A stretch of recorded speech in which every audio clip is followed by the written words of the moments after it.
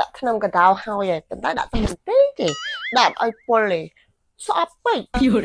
យតែឯងលៀបលេហើយទៀតមួយមុំហើយឯងនេះខំលៀបលេលៀបអីខាត់បែក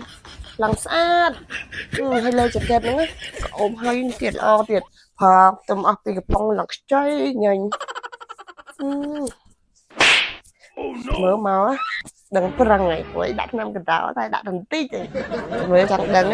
មើលហ៊ានមួយមុំអត់បងអូនលៀបលេឡើងអូបហ្នឹងហើយហើយណៃលៀបអីឈ្ងុយមែនអូអូនលៀបលេចាកេតហ្នឹងណាអញ្ចឹងអូឈ្ងុយហ្នឹងហើយបងលេហ្នឹងអូបហើយសទៀតអូនឯងប្រញាប់លៀបមែនសុំឯងលៀបតែឥឡូវបងមកដល់លៀបហើយបាត់តែអីទេក្អូបឈ្ងុយអញ្ចឹងអេស្អីទៀតហើយមុំស្អីខ្ញុំដាក់ក្នុងកដោហីអត់ក្នុងកដោខ្ញុំនិយាយមកខ្ញុំដាក់ក្នុងកដោមែនអូយហើយដាក់ធ្វើអីដល់បងមុំដែរបងបានទេមកមិននិយាយលេងមែនហ្នឹងនិយាយមែនខ្លាចទេមកបងស្គាល់ពេទ្យច្រើនមកពេទ្យសើបងខប់អើយអូយមិនអីបងមិនអីអូយវិញអូយលុយវិញអូយអត់ស្រួលខ្លួនឡើយឃើញអត់ខ្ញុំប្រាប់ឲ្យថាកុំអត់ទេឃើញអត់ខ្ញុំប្រាប់ឲ្យជឿទៅប៉ែអូយមកអូយណាទៅប៉ែឃើញអត់ខ្ញុំប្រាប់ឲ្យថាកុំអត់ទេ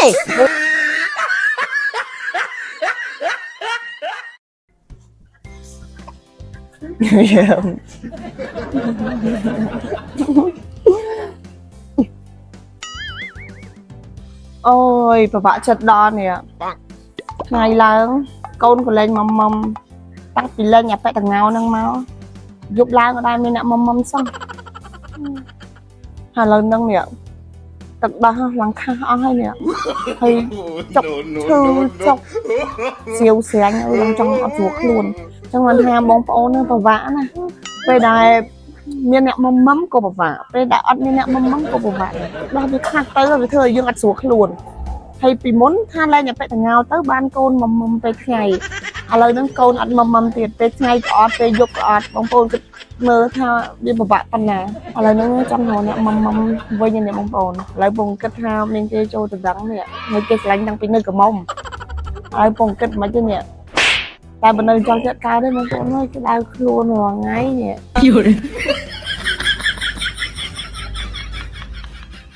ពុកម៉ែបងប្អូនមានកម្មវិធីតូចធំកុំភ្លេចជាមួយនឹងតន្ត្រីសម័យខ្ញុំបាទហងសវណ្ណរិទ្ធ